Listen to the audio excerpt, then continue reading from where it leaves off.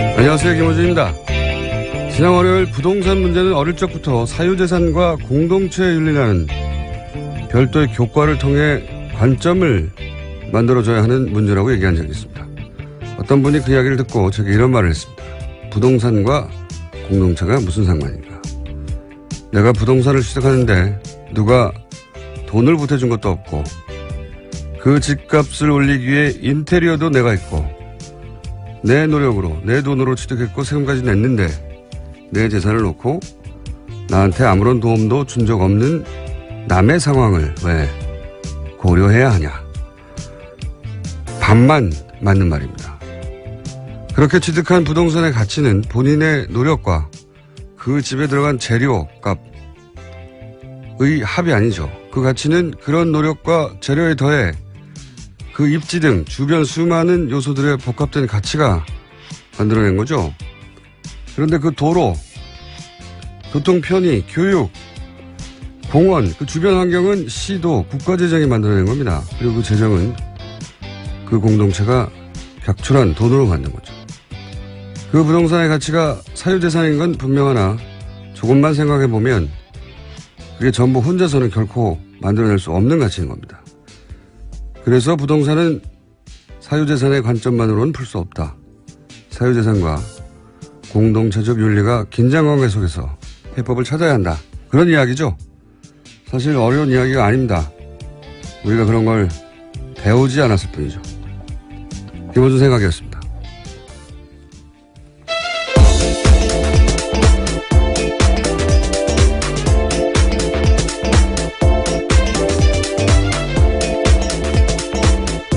시사인의 김은지입니다. 자, 어제 정치적으로 큰 사건 하나, 네. 그리고 또 국정농단에서 큰 사건 하나, 두 가지가. 네, 서초동도 시끄럽고 네. 여의도도 시끄러웠습니다. 아, 좋은 표현이네요. 아, 그런가요? 네. 제가 한 말보다 훨씬 좋은 표현. 시사인 김은지 기자가 점점 방송에 적응해서 방송용 워딩을 훨씬 세련되게 내놓고 있습니다. 자, 첫 번째 뉴스는요. 네, 어제 안철수 전 국민의당 대표가 공식 사과했습니다. 제보 조작 사건이 드러난 지 16일 만인데요. 국민의당 대선 후보로서의 책임을 통감한다라고 밝혔습니다. 입장 발표가 늦어진 건 검찰 수사가 시작된 만큼 사실관계 확인을 하기 위해서였다라고 해명했습니다. 정계 은퇴 가능성을 묻는 질문에는 당을 위해 할 수 있는 일을 깊이 고민하겠다라면서 즉답을 피했습니다. 자, 잠깐 들어보겠습니다. 긴 내용이 아니었기 때문에 압축적으로. 저로서도 충격적인 일이었습니다. 이번 사건에 대한 정치적, 도의적 책임은 전적으로 후보였던 제게 있습니다. 원점에서 제 정치 인생을 돌아보며 자숙과 성찰의 시간을 갖겠습니다. 처음 마음을 되새기며 돌아보고 또 돌아보겠습니다. 핵심 내용은 이 정도 되는 건데, 뭐 내용은 그러니까 몰랐다. 예. 그리고 정치적 도의적 책임, 법적 책임은 없다는 거고. 좀 길게 쉬겠다는 얘기. 그리고 마지막으로 정치는 계속 하겠다는 얘기죠. 예. 그렇게 요약될 수 있는데,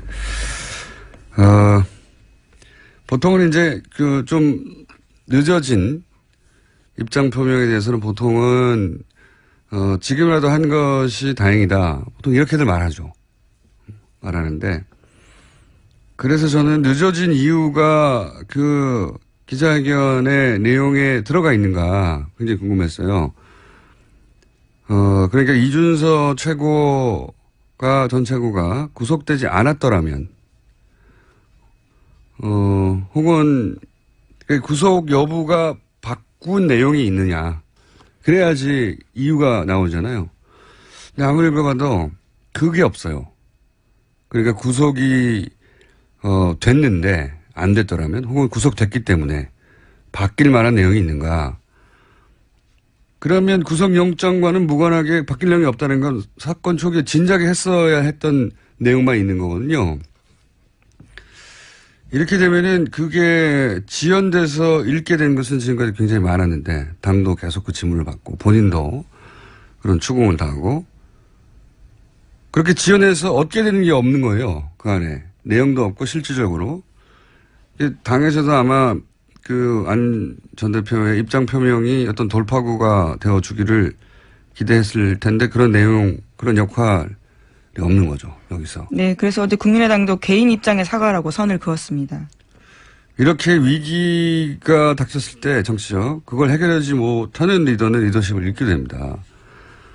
저는 그런 맥락에서 안철수 전 대표 입지를 스스로 축소시키는 입장 표명이었다. 뭐가 있어야 되거든요. 어느 쪽으로든.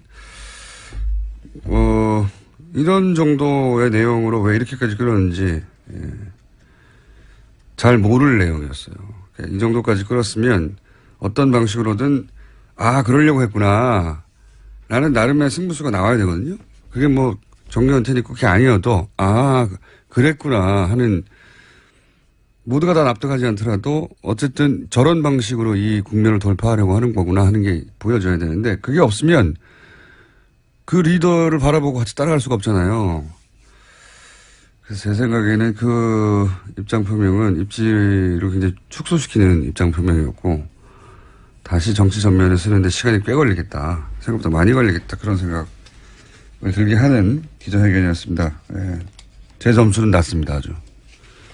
예. 자, 이렇게 돌파구가 되는 뭔가 포인트가 있었어야 했는데 그게 너무 없었다. 국민의당 반응은, 그러니까 이게 개인 입장의 사과라고 선을 그은 이유 중에 하나가 그게 없었던 거죠. 같이 보조를 맞춰서 돌파를 할 수 있는 내용이 없었으니까. 그러면서 이전에 했던 그 대응 방식, 이게 이제 추미애 대표 가이드라인이다, 정치 공작이다, 이걸 반복했죠. 네? 네, 계속해서 박주성 국민의당 비대위원장 같은 경우에는 문재인 정부의 정치검찰 1호 사건으로 기록되고도 남는다고 생각한다라고 밝혔습니다. 그러면서 문준용 씨 특혜 의혹도 함께 규명해야 한다면서 당 차원의 특검 법안을 오늘 공개하겠다고도 밝혔습니다.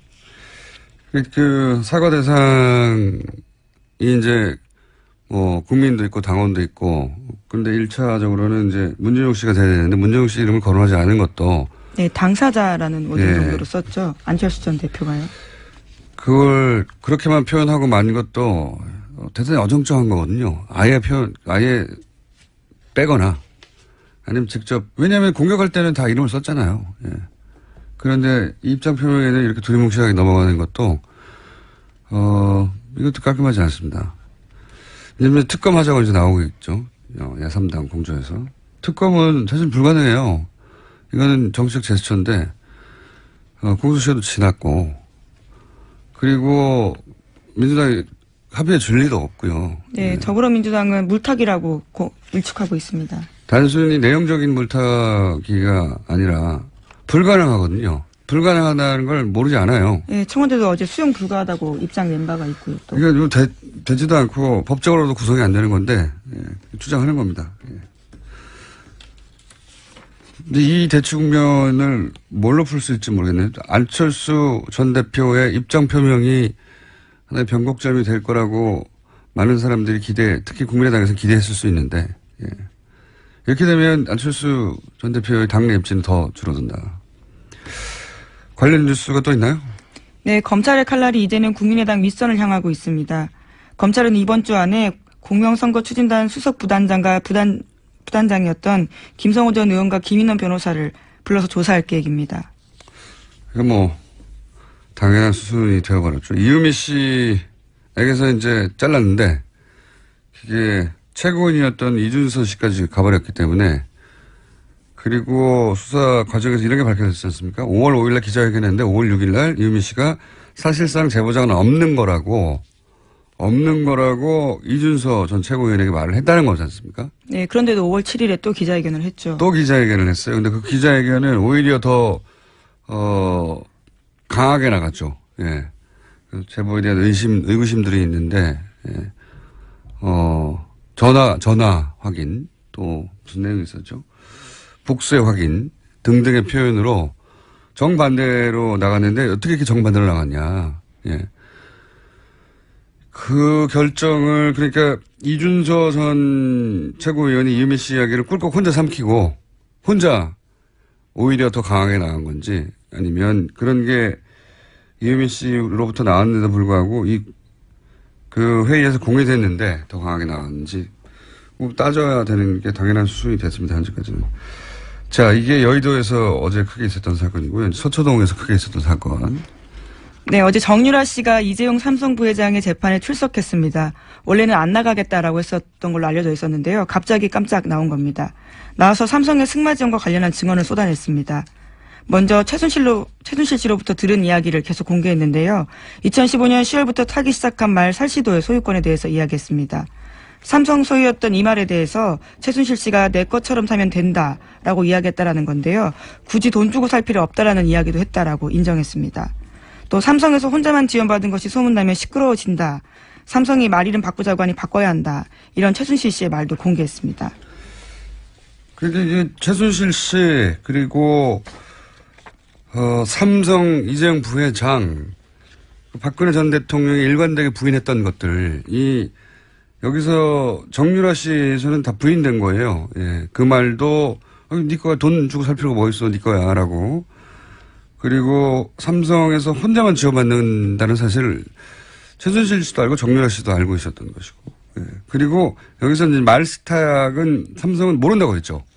네, 일관된 입장입니다. 예, 최순실 씨가 혼자 몰래 거죠. 주도했다는 건데 이 정유라 씨의 증언에 따르자면 이게 이제 삼성이 이 제안을 하고 주도했다는 그리고 말 바꾸기 전날 삼성과 최순실 씨가 따로 만났다는 것도 얘기가 들어있어서 전면적인 삼성 입장을 뒤집는 거죠. 네, 수혜 당사자가 거기에 대해서 사실이 아니다라고 이야기한 겁니다. 그리고 뭐 녹취 파일도 있다고 얘기도 했고, 그죠? 네, 증거 삼성 변호인단이 공격하니까요. 자기에게는 전화통화 녹음 파일도 있다라고 제출할 수 있다고도 이야기했습니다. 그러면서 그런 얘기가 나왔지 않습니까? 그 정유라 씨에서 작년 9월 그러니까 국정농단이 시작하는 초기죠, 초기. 네, 한겨레가 첫 보도를 9월 20일에 했거든요. 네. 그리고 말 관련된 보도가 9월 23일에 나왔습니다. 경향신문을 통해서요. 거의 첫 말과 관련된 보도는 경향신문을 통해서 많이 나왔는데 거의 첫 보도입니다, 이게. 첫 번째인데 그러니까 정유라 씨에게 말을 지원한 거 아니냐는 의혹이 등장을 한 첫 시기인데 이제 정유라 씨 얘기로는 그 보도 있기 전에 네, 이미 그 전이라는 거죠. 네, 전에 삼성에서 앞으로 시끄러질 것 같으니까 말을 바꾸라는 얘기를 최순실 씨에게 삼성이 했다는 거잖아요, 삼성이. 네, 그 이야기를 자기가 또 들었다라는 거고요. 그리고 또 이제 그 이후에 이제 본격적인 말 세탁, 말 중개상을 통해 가지고 삼성 말을 주고 더 비싼 말을 최순실 씨가 돈을 내지 않고 가져가고. 근데 그때 발생한 차액, 그걸 누가 내느냐? 그거를 엿볼 수 있는 새로운 사실이 나왔어요. 정유라 씨에 의하면 말 중개상한테 들었다는 얘기죠. 말 중개상이 삼성에서 차액을 받아야 하는데 안 준다고 지금 불만을 토로했다는 거 아닙니까? 네, 그 중개상 같은 경우에는요. 삼성에서 돈 필요한데 왜 안 주냐라는 이야기를 자기가 직접 들었다고 이야기했습니다. 그러니까요.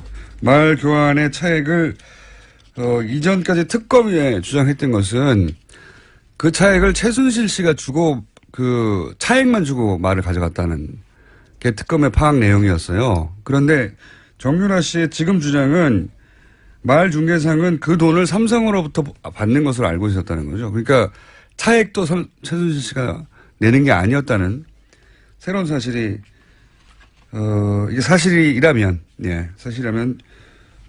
정유라 씨에 의해서 주장된 거죠. 당사자에 의해서. 네. 어제 특검이 이렇게 물었습니다. 삼성이 차액을 안 보내줘서 당사자가 짜증낸 적 있느냐라고 물어보니까 안드레아스 그러니까 승마 코치이자 말 교환했던 사람이 영어로 삼성 needs to pay me 그러니까 삼성이 내게 돈을 줘야 한다라고 말했던 기억이 난다라고 이야기했습니다.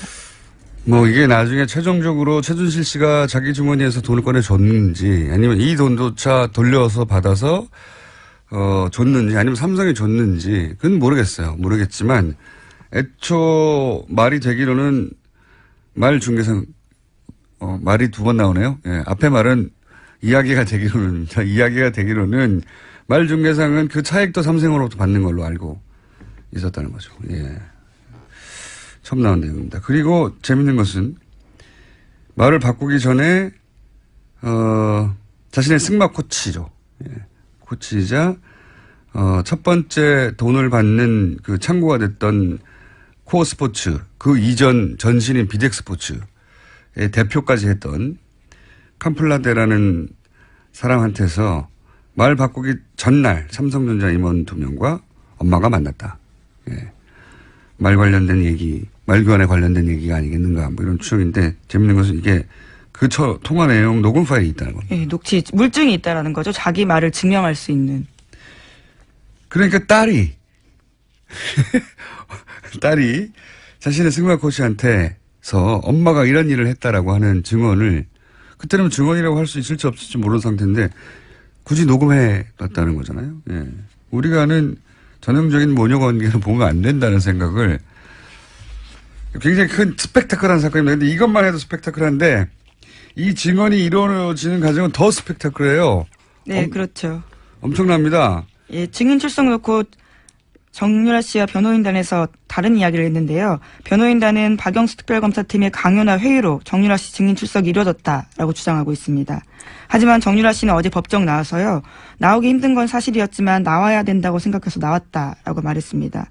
그러면서 자기가 여기 나오는데 여러 만류가 있었던 건 사실이라고 밝히기도 했습니다. 이게 진짜 있을 수 없는 일이거든요. 변호인이 불출석 사유서를 냈어요. 나갈 필요가 없는 겁니다. 근데 당사자가 여러 만류, 그러니까 만류는 아마 변호인들 또 이 만류하는 사람들이 들어가는 걸로 수정이 되는 게 변호인과 사전 상의 없이 출석해 버렸다는 거잖아요. 변호인은 출석할 필요가 없다고 만류하고 있는데 그것도 드문 일인데 더 드문 일은 변호인들 모르게 새벽에 특검에 연락해서 그 차를 타고 갔다는 거 아닙니까? 예. 그렇죠. 이상한 일이고요. 매우. 이에 관련해서 이제 최순실 정유라 씨 동시 변호하는 오태희 변호사는 그런 말을 했다고요. 정유라가 살모사 같은 행동을 한다. 이건 단순 독설이 아닌 게 그리고 장시호보다 더하다. 예, 어제 법정에서 그런 식의 이야기를 했다라는 거죠. 살면서 엄마 죽이는 뱀이거든요. 물론 잘못된 상식에 의해서 만들어진 이름이지만 의미한 말은 엄마를 죽인다는 거예요. 실제 이 증언이 이재용 부회장에게도 불리하고 최순실 엄마에게도 불리하고 박근혜 전 대통령 모두 다 불리하죠. 예, 불리한데 엄마 딸을 같이 변호하는 변호인들이 하는 말이니까 의미는 당연히 그거죠. 엄마를 죽이는 거라고. 예. 의대인을 이렇게까지 살모사라고 마음에 안 들면 변호인 사퇴하고 말지 이렇게 표현하는 경우도 없어요. 이상한 점 더 있어요. 김경재 변호사가 정유라 씨가 새벽 5시에 혼자 이경재 나가서. 변호사. 이경재 변호사가 동시 변호하고 있죠. 정유라가 새벽 5시에 혼자 나가서 빌딩 앞에서 성명불상자들의 승합차를 타고 갔다. 이렇게 얘기했잖아요. 왜 이상하냐면 그 시간에 혼자 빌딩을 나간 걸 변호인이 어떻게 알죠? 새벽 그걸 알려면 24시간 정유라를 감시하고 있거나 아니면 사라진 걸 알고 새벽 5시 CCTV 그 주변 CCTV를 확인해야 돼요. 변호사가 할 수 있는 일이 아니잖아요. 저는 이렇게 사라졌다는 걸 아는 것도 이상하고요. 예, 이상한 점이 되게 많아요. 근데 이제 왜 그랬을까? 왜냐면 재판정에서 굉장히 주시한 뉴스입니다. 스펙타클하고 너무 재밌는 뉴스입니다. 사실은. 국정농단 관련해서 이런 정도의 스펙타클한, 장면이 법정에서 벌어진 건 처음이에요. 근데 이제 저는 이런 일이 벌어진 게 아닌가 추정하는 바. 제가 오랫동안 이 가족을 바라보며 연구한 결과 추정하는 바는 뭐냐면 일단 우선 이재용 부회장에 좋은 것이 박근혜 전 대통령과 최순실에게 좋은 것이 맞아요. 서로. 네, 뇌물이라는 건 기본적으로 그렇죠. 그렇게 얽혀 있죠. 셋 모두가 뇌물이 아닌 것으로 판결해야 좋단 말이죠. 그러나 과연 정유라에게도 좋은 것인가. 이 지점에서 첫 번째 엇갈렸어요. 이해관계가 다르다란 말씀이시죠. 그렇죠. 엄마와 딸은 무조건 이해관계가 같을 것 같지만 이 특정 사안에 대해서는 다른 거거든요. 왜냐하면 정유라 씨가 계속 그 증언을 거부하면 3차 영장. 네, 이번에 그럴 가능성도 있는 상황이었습니다. 네. 그런데 이재용 부회장에게 불리한 증언을 막 해버리면 특검이 영장을 청구할 이유가 사라지죠. 그 첫 번째 동기가 있는 것 같고 또 하나 주목할 지점은 장시호보다 더하다라는 표현을 쓰잖아요. 장시호 씨가 이제 특검에 이제 그 협조를 했었기 때문인데, 그래서 이제 장시호 씨의 역할을 추정해 볼 수 있죠, 여기서. 장시호 씨에게 내가 다 겪어봤는데, 이런 가이드, 이게 너한테 가장 이득이 되는 길이야. 이런 코치가 있었을 수 있다. 그리고 세 번째 포인트는 제가 보기에 이게 굉장히 중요한 포인트인데, 입증할 수는 없어요. 입증할 수는 없는데 저는 강력히 의심합니다. 장시호 씨 협조가 처음 등장했을 때 제가 했던 말 중에 하나가 뭐냐면 전통적인 가족의 관계 속에서만 바라보지 말고 항상 돈의 관점을 여기 추가해서 바라봐야 된다. 지금까지도 입증된 바는 없지만 저는 여전히 의심하고 있는데 여기에도 돈이 관련돼 있다. 라고 저는 추정하는 바인 것이 자신들의 부모 세대, 최태민 할아버지 1세대라고 하면 최순실 씨와 그 자매들은 2세대잖아요. 장시호 정윤은 이제 3세대예요.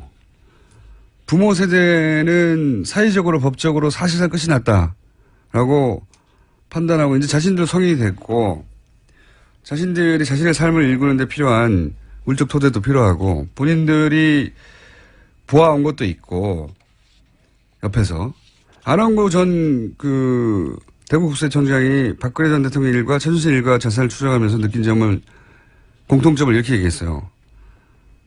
직업이 없는데 돈이 너무 많다고. 예. 그런 환경에서 평생 자란 3세대거든요. 더군다나 2세대가 이 최태민 씨를 살해하고 그 재산을 차지했다고 하는 최태민 씨 아들의 주장도 있었죠.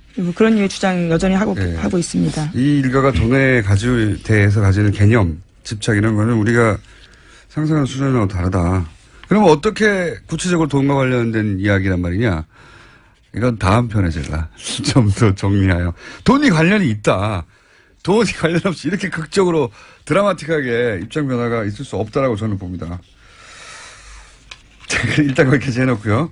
이 사건은 앞으로 재밌게 드라마틱하게 스펙트럴하게 네, 등장부터 깜짝이었습니다. 30분 전에 갑자기 나온 거거든요. 재판장도 뒤늦게 알았다라고 합니다. 그러니까요. 그리고 특검도 이렇게까지 진술할 줄 몰라서 깜짝 놀랐다고 하고 그 현장에 있었던 기자들도 어리숙하고 바보 같은 정유라가 아니라 굉장히 차분하게 자기 이야기를 했다고 합니다. 굉장히 차분하게 자기가 필요한 말 논리적으로 딱딱 했다는 거예요. 예.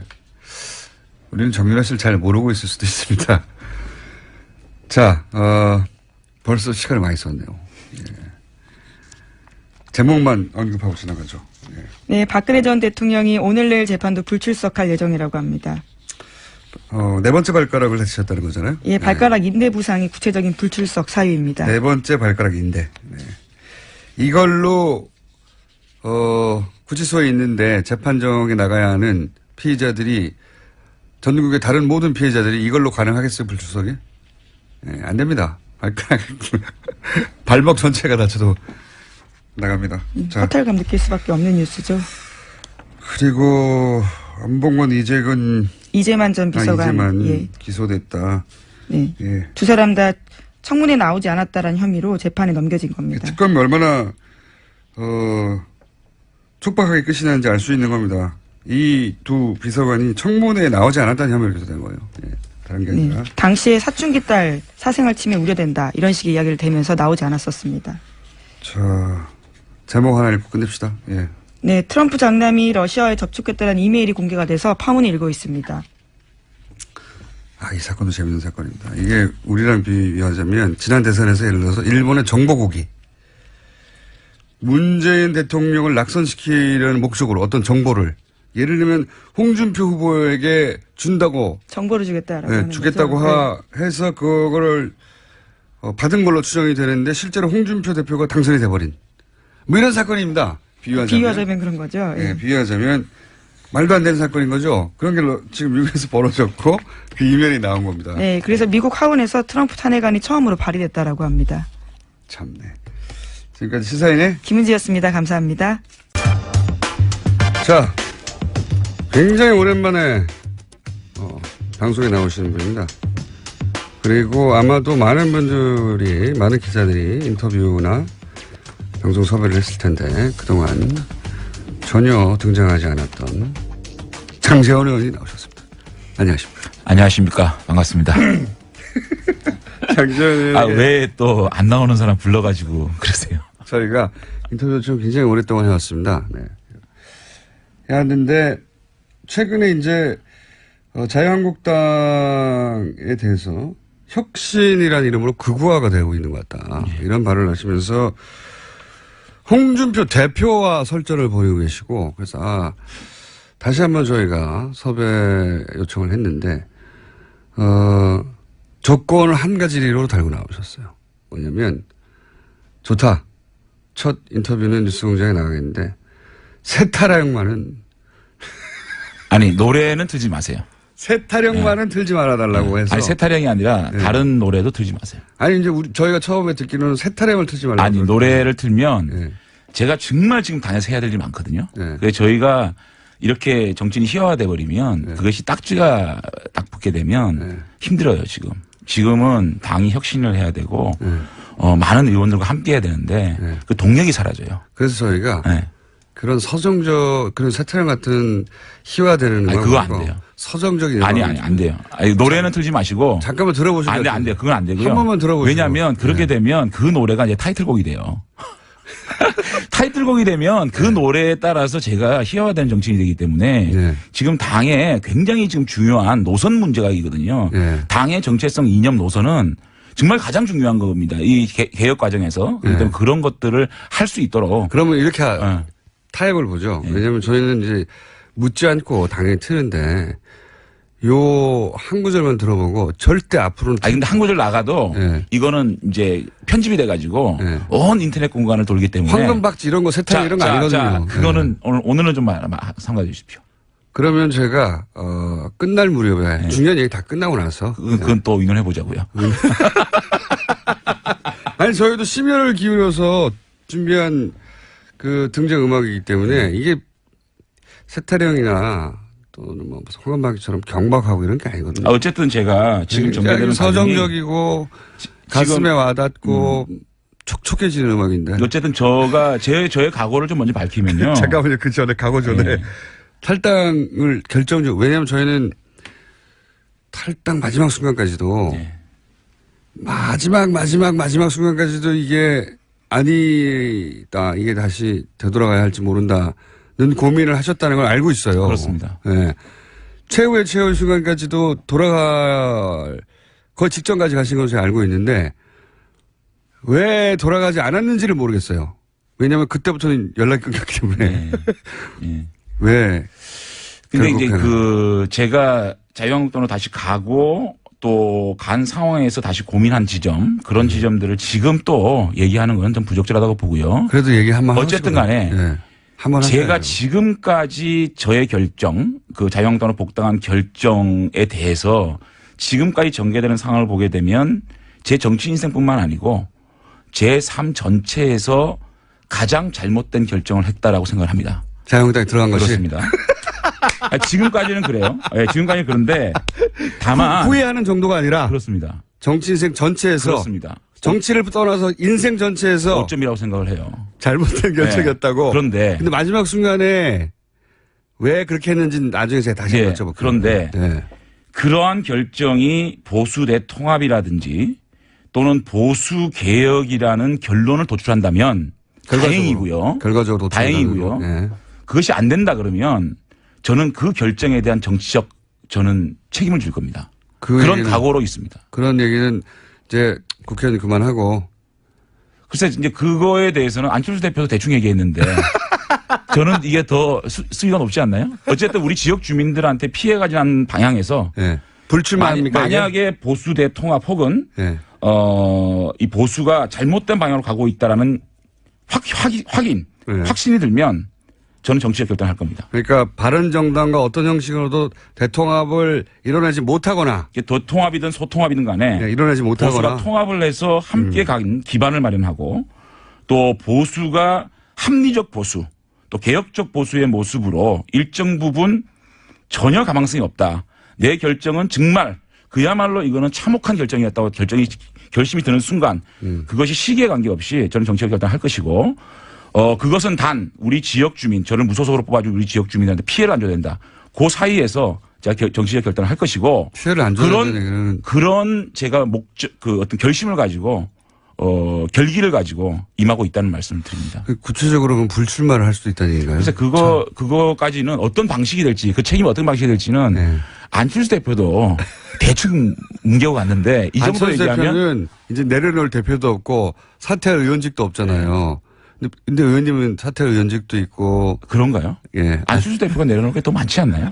내려놓으려고 해도. 그러니까 제가 국회의원 그만두는 것보다 안철수 대표가 정기 은퇴하는 게 더 큰 뉴스 아닌가요? 그렇긴 하죠. 그렇죠. 그렇긴 한데. 그러니까. 본인 의원님은 내려놓으실 게 있긴 있잖아요. 의원직. 그런가요? 예.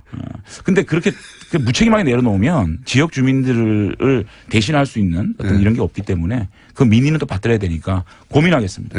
그럼 예를 들어 탈당하고 나서 무소속으로 남는다든가. 하여튼 여러 가지로 제가 그 정치적 결단을 하려고 합니다. 정치적 결단. 자, 어쨌든 각오는 이겁니다. 대통합 후회하지만 이미 벌어진 일이고 그렇다면 이 상황에서 내가 바른정당과 자유한국당의 어떤 방식으로든 보수가 통합하는 길을 열거나 아니면 자유한국당이 이 길로 가는 건 아닌데 내 힘으로 막을 수 없다는 게 확인되거나 그러면 정치적 결단을 하겠다. 그러니까 그게 같은 맥락이에요. 네. 그러니까 보수 통합이라는 부분하고 우리 당이 자유한국당이 개혁정당으로 개혁적인 모습으로 변한다는 건 같은 거거든요. 왜냐하면 자유한국당이 지금의 모습으로는 바른정당이 절대 통합 안 합니다. 네. 그러니까 자유한국당이 먼저 바른정당이 흔쾌히 함께할 수 있도록 하는 게 우선이잖아요. 그렇게 되면 저는 풀리고 저는 그런 바탕을 만든 결정이었다면 제가 정치를 더 할 수 있겠지만 이런 상황으로 가가지고 제가 지금까지 해왔던 노선, 지금까지 보여줬던 국민들에 대한 모습들하고 전면 부정되는 거기 때문에 제가 스스로 정치 결단을 안 하더라도 저는 선거에서 심판받겠죠. 그 3년이 남았지 않습니까? 그러니까 그런 결단을 생명이 3년이나 연장되는데. 어떤 시점에 확인이 된다 스스로. 어떻게 확인을 하죠? 그러니까 그거는 확인이 되겠죠. 지방선거를 지나고 지방을 지나고 전혀 당이 변하지가 않고 또 보수가 지리멸렬해져 가지고 괴멸될 시점이 오면 그거는 일부 정치인들 책임 있는 정치인들이 책임을 지고 자리를 비워야 새로운 분들로 수혈이 되는 것이고 그 수혈 속에서 다시 태어날 수 있는 거 아니겠습니까? 그런 작지만 그런 책임을 지겠다는 각오가 없이는 이 문제는 해결이 안 된다고 생각합니다. 자, 그러면 말씀을 정리해 보면 적어도 지방선거를 전후하여 국민들이 보기에 자유한국당이 변했구나 혹은 바른정당과 자유한국당 일부가 됐던 전체가 됐던 다시 합칠 만한 토대를 내가 마련했다. 이게 확인이 되지 않는다면 그 시점쯤에는 내가 어떤 정책 결단을 할 것이다. 시점에 대해서는 아직까지 말씀을 드릴 수가 없고요. 네. 하여튼 각오는 그렇다. 그렇습니다. 예. 그것이 3년 후에 있는 총선 때까지 지속되지는 않을 것이다. 어떤 그 중간에 내 결단이 있을 수 있다.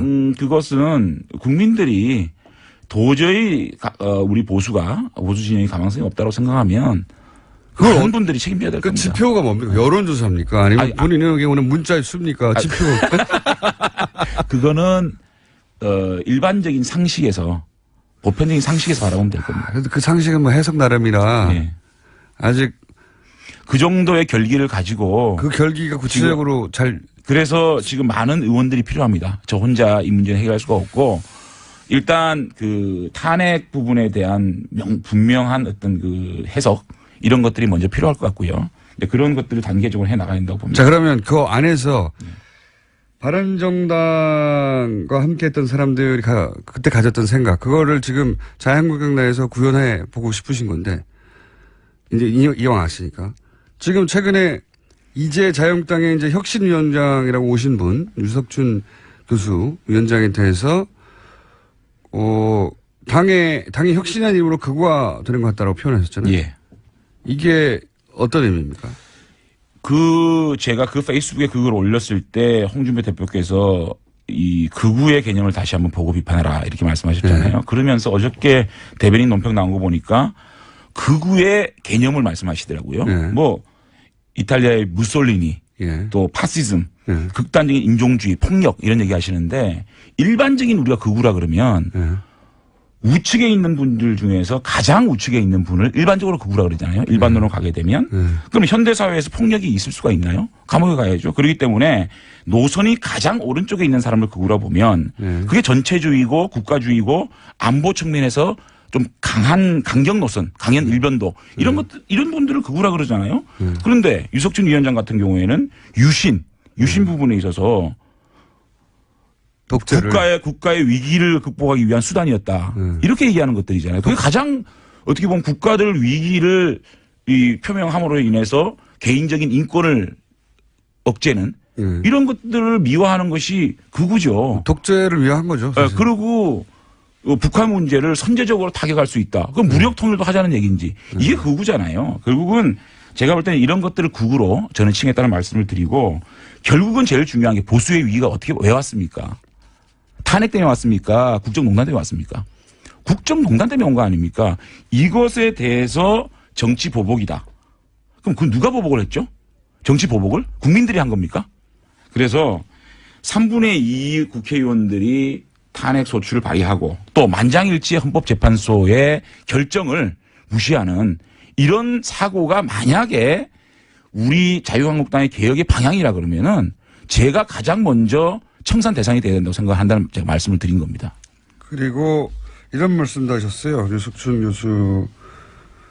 본인이 태극기 집회에 참석을 하였고 태극기 집회는 의병이었다라고 표현하셨어요. 의병. 예, 태극기 집회가 의병이면 촛불 집회는 오랑캐가 되는 겁니다. 저희는 저희의 개혁의 시작은 예. 탄핵에 대한 인정부터 해야 되는 겁니다. 지금 우리 자유한국당이 가장 쉬운 방법이 태극기 집회 논리를 가지고 그분들을 결집시키는 것이 가장 쉬운 방법입니다. 그거를 하고 있죠. 그러니까 예. 그런 것들을 아깝고 아쉽고 힘들지만 그것을 잘라내지 못하면 우리 자유한국당은 거기서 가치는 15% 20% 정도에서 끝난다. 그래서 저는 그런데 이미 유석춘 위원장이 혁신을 하려고 들어왔는데 그분이 그런 생각을 하는 분이면 이미 명백해진 거 아닙니까? 보겠다는 거는 네. 앞으로 혁신위원회 임명 그리고 자신의 그러한 사상이나 노선 이념을 자신의 개인적인 생각이라고 말씀하셨거든요. 그렇기 때문에 개인의 이념이나 사상이나 역사인식을 당의 당헌당규나 정강정책에 반영되면 안 된다는 게 제 주장이고요. 혁신위원회 임명과 혁신의 하는 과정을 지켜보겠다는 것이고요. 제가 말씀드리는 혁신의 가장 시작은 뭐냐. 제가 가장 주장하는 거는 지난 9년간 대한민국의 국민들이 우리 보수에 얼마나 많은 표를 주고 얼마나 많은 도움을 주셨습니까? 그런데 지난 9년 동안 우리 보수가 정권을 잡아가지고 양극화가 해소됐습니까? 일자리가 많아졌습니까? 외교를 잘했습니까? 안보를 잘했습니까? 아무것도 잘못했잖아요. 그렇기 때문에 국민들은 정권을 바꾼 겁니다. 이 민심을 철저하게 9년간 우리가 정책적으로 정치적으로 또 권력을 운영하는 데 있어서 뭘 잘못했는지 먼저 이것을 백서로 만들어서 국민 앞에 반성하는 것이 먼저다. 그거를 실천하지 않고 우리 9년간 보수 정권이 국민 앞에 잘못한 것 이거 자복하고 반성하고 그거를 낱낱이 우리가 그거를 국민한테 보고하지 않으면 혁신의 시작이 되지 않는다. 저는 이렇게 주장하는 겁니다. 그런데 개인적인 생각이라고 했지만 개인적인 생각과 다른 일을 하라고 어떤 분을 모셔오지는 않잖아요. 다만 이미 시작된 거 아닌가요? 물론 예. 그래서 제가 우려를 표한 거고요. 예. 가장 중요한 게 역사인식, 유신이라든지 대북 문제라든지 이런 걸 바라보는 인식과 또 가장 중요한 탄핵.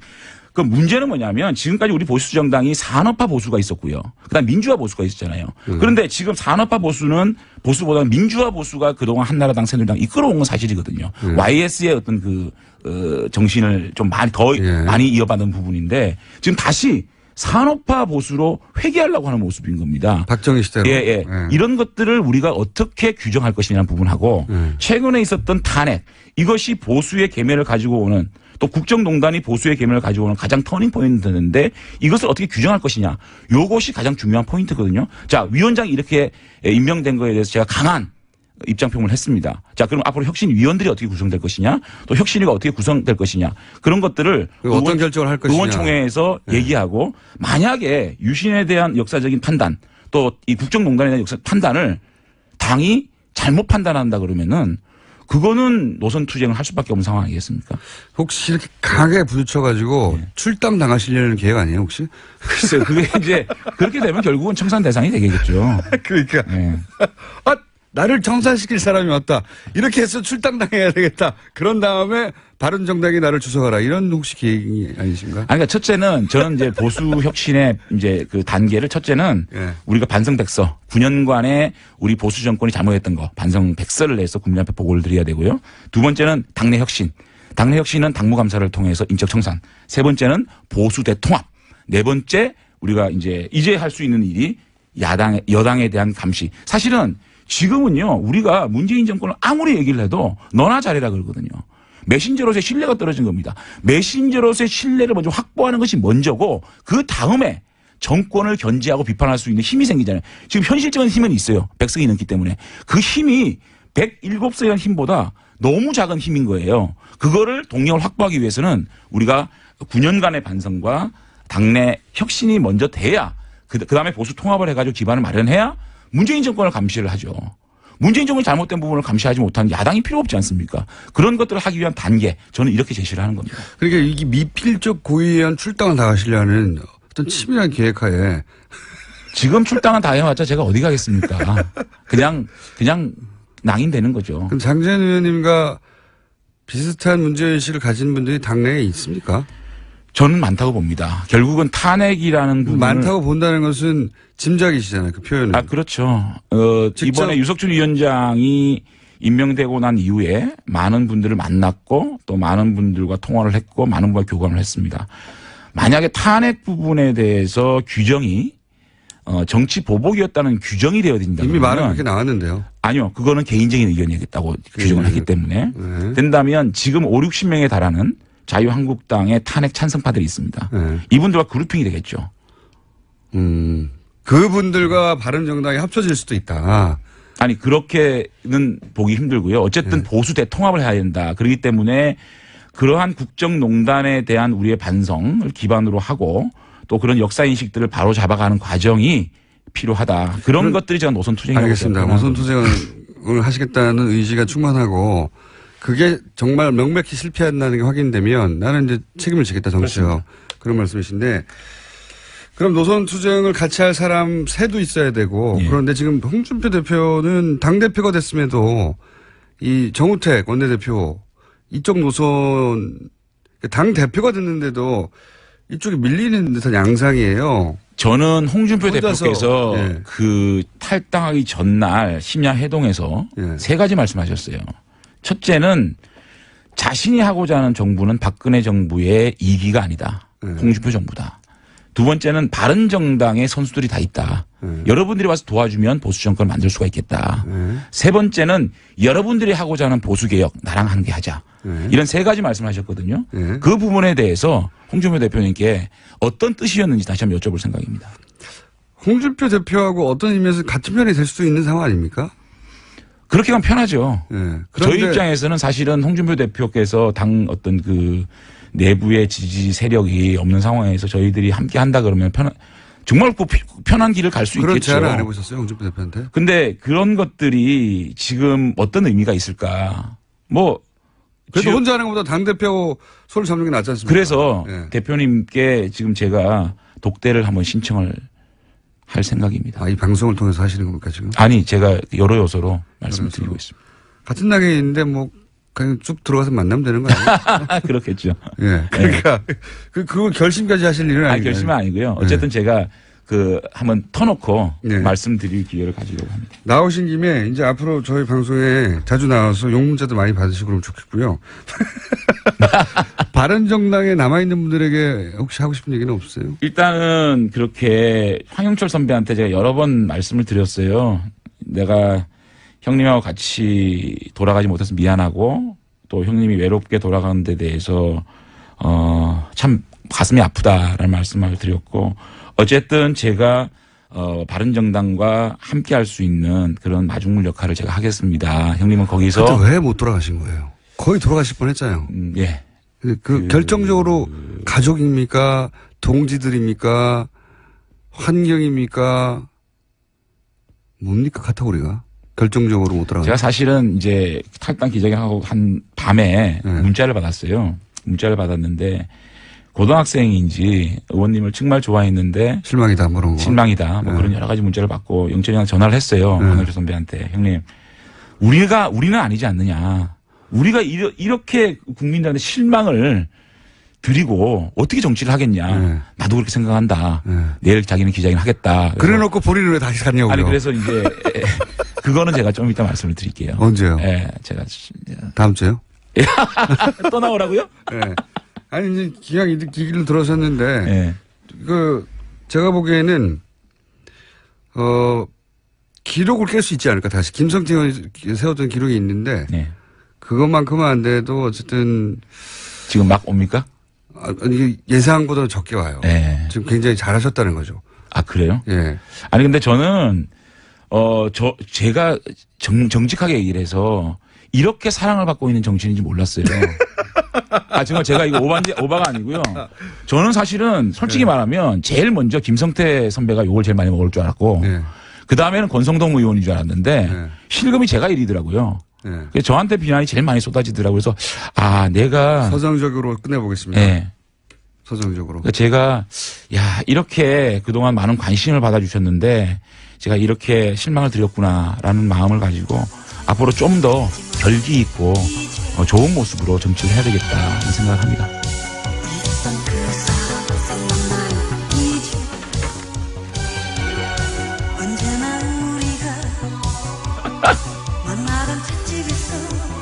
이 무슨 노래죠? 장재현 의원이었습니다.